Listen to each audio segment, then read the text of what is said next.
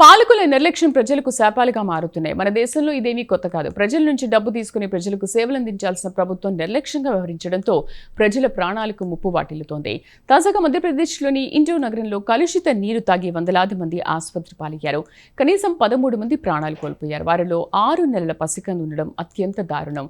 కలుషితమైన నీరు తాగి వాంతులు విరోచనాలు చేసుకుని సుమారు 200 కంటే ఎక్కువ మంది ఆసుపత్రి పాలయ్యారు. అయితే ఇక్కడ ఆశ్చర్యం కలిగించే అంశం ఏమిటంటే వరుసగా 8 సార్లు ఇండోర్ క్లీన్ సిటీ అవార్డు దక్కించుకుంది.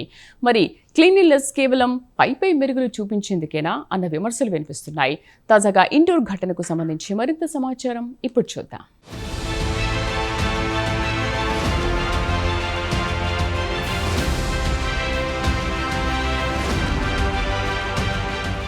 మన దేశంలో పాలకుల నిర్లక్ష్యానికి ప్రజలు బలవుతున్నారు. అధికారంలోకి వచ్చే వరకు అరచేతిలో వైకుంఠం చూపుతారు. తీరా అధికారంలోకి వచ్చిన తర్వాత ప్రజలను అస్సలు పట్టించుకోరు. ప్రభుత్వాలు ప్రజల కనీస అవసరాలు తీర్చడం లేదు. మన దేశంలోని కొన్ని నగరాల్లో మంచినీటి పైపుల్లో మురుగునీరు చేరి ఆ నీటినే ప్రజలు తాగి ప్రాణాల మీదకు తెచ్చుకుంటున్నారు.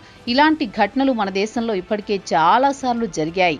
అదే కోవలోకి తాజాగా మధ్యప్రదేశ్లోని ఇండోర్ నగరం కూడా వచ్చి చేరింది. అయితే ఈ నగరం విశేషం ఏంటంటే ఇప్పటి వరకు దేశంలో అత్యంత పరిశుభ్రమైన నగరంగా 1 కాదు 2 కాదు 8 సార్లు అవార్డులు రివార్డులు గెలుచుకుని రికార్డు సృష్టించింది. దేశంలోని అత్యంత పరిశుభ్రమైన నగరం ఇండోర్ అని రాష్ట్ర ప్రభుత్వం గొప్పలు చెప్పుకుంది.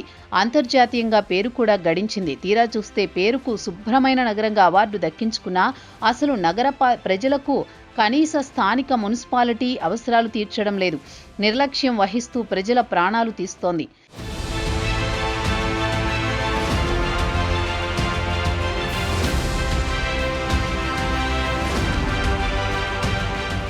ఇక ఇండోర్ నగరం మున్సిపాలిటీ విషయానికి వస్తే అడుగడుగునా నిర్లక్ష్యం కొట్టొచ్చినట్టు కనిపిస్తోంది.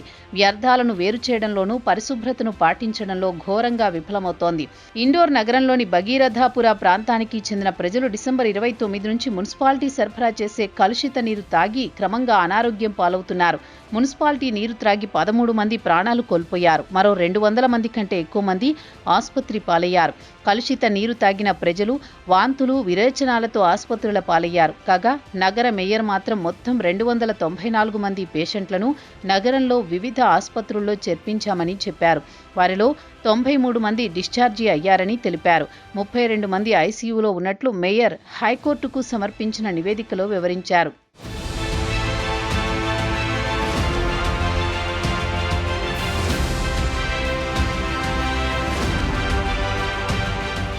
ఇక ఇండోర్ మున్సిపాలిటీ అధికారుల నిర్లక్ష్యానికి వందలాది మంది అనారోగ్యం పాలై ఆసుపత్రుల్లో చికిత్స తీసుకుంటున్నారు. పరిస్థితిని గమనించి మధ్యప్రదేశ్ హైకోర్టు కూడా జోక్యం చేసుకుంది.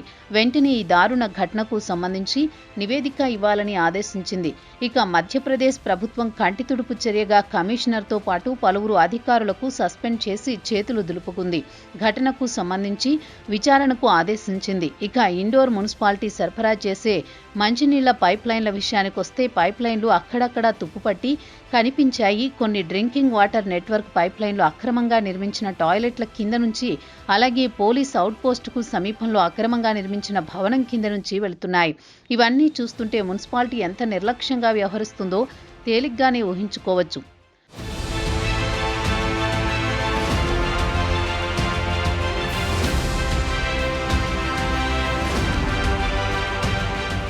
ఇండోర్ మున్సిపాలిటీ అర్బన్ ప్లానింగ్ ను తుంగలో తొక్కింది. అక్రమంగా భవనాలు నిర్మిస్తుంటే చూసి చూడనట్టు వదిలేసింది. శానిటేషన్ ఎన్ఫోర్స్మెంట్ అక్రమంగా నీటి కనెక్షన్లు తీసుకుంటే వాటిని పెద్దగా పట్టించుకోలేదు. ఇక పైప్ లైన్ మెయింటెనెన్స్ లో ఘోరంగా విఫలమైంది. అడుగడుగునా మున్సిపాలిటీ నిర్లక్ష్యంగా కనిపించింది. అధికారులు ఇంతలా నిర్లక్ష్యంగా వహిస్తే ఏదో ఒకరోజు కలుషిత నీరు త్రాగి ప్రజలు ప్రాణాలు కోల్పోతారని తేలికగానే ఊహించుకోవచ్చు. ఈ ప్రమాదానికి కారణం కేవలం అధికారుల నిర్లక్ష్యం మాత్రమే కనిపిస్తోంది. ఇక పైపుల ద్వారా వెళుతున్న నీటిని ల్యాబ్కు పంపిస్తే ఆ నీటిలో వివిధ రకాల బ్యాక్టీరియా ఉన్నట్లు తేలింది. వ్యాధికారకాల బ్యాక్టీరియా వల్ల పిల్లలు, వృద్ధులు అనారోగ్యానికి కారణమైంది. విషపూరితమైన కుళాయి నీరు త్రాగి ఇండోర్ వాసులు ప్రాణాలు కోల్పోయారు.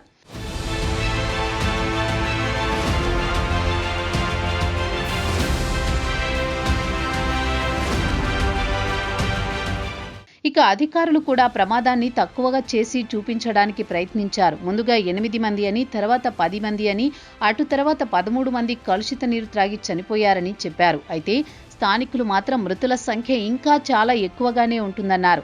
ఇవన్నీ పక్కన పెడితే ప్రాణాలు కోల్పోయిన వారి కుటుంబాలు మాత్రం మానసిక క్షోభకు గురవుతున్నారు. ప్రజలకు మున్సిపాలిటీపై నమ్మకం పోతోంది. శానిటేషన్ డిపార్ట్మెంట్ తన విధులు నిర్వర్తించడంలో ఘోరంగా విఫలమైంది. అయితే ప్రమాదం జరిగిన వెంటనే ఉన్నతాధికారులు ఆఘమేఘాలతో సంఘటన జరిగిన భగీరథపుర ప్రాంతానికి వచ్చారు. కలుషిత నీరు సరఫరా అయ్యే పైప్ లైన్స్ ను సీజ్ చేశారు. అధికారులను సస్పెండ్ చేశారు. తక్షణమే పైప్ లైన్స్ ను రిపేర్ చేయాలని ఆదేశించారు. ఉన్నత స్థాయి అధికారితో దర్యాప్తు చేయించాలని ప్రభుత్వం ఆదేశాలు జారీ చేసింది.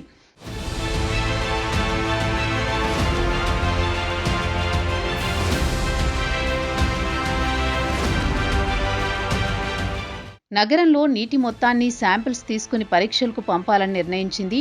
భవిష్యత్తులో ఇలాంటి దుర్ఘటనలు పునరావృతం కాకుండా చర్యలు తీసుకోవాలని ప్రభుత్వం అధికారులకు ఆదేశాలు జారీ చేసింది. స్థానిక ఎమ్మెల్యే, కేబినెట్ మంత్రి ఒకరు దుర్ఘటన జరిగిన ప్రాంతంలోనే మకాం వేసి ఉన్నారు. సహాయక కార్యక్రమాలు దగ్గరుండి పర్యవేక్షిస్తున్నారు. ఈ దుర్ఘటనలో ప్రభుత్వ వైఫల్యం ఉందని వారు అంగీకరించారు. ప్రైవేటు ఆసుపత్రుల్లో చేరి చికిత్స తీసుకుంటున్న వారికి 50,000 వరకు వైద్య ఖర్చులు ఇస్తామని హామీ ఇచ్చారు. ఎక్కువగా పేదలు నీరు త్రాగి అనారోగ్యం పాలయ్యారు. వారిని ఆర్థికంగా ఆదుకుంటామని ప్రభుత్వం హామీ ఇచ్చింది. సంవత్సరాల తరబడి ప్రభుత్వ నిర్లక్ష్యానికి సామాన్యుడు బలి కావడం పట్ల స్థానికులు ప్రభుత్వంపై మండిపడుతున్నారు.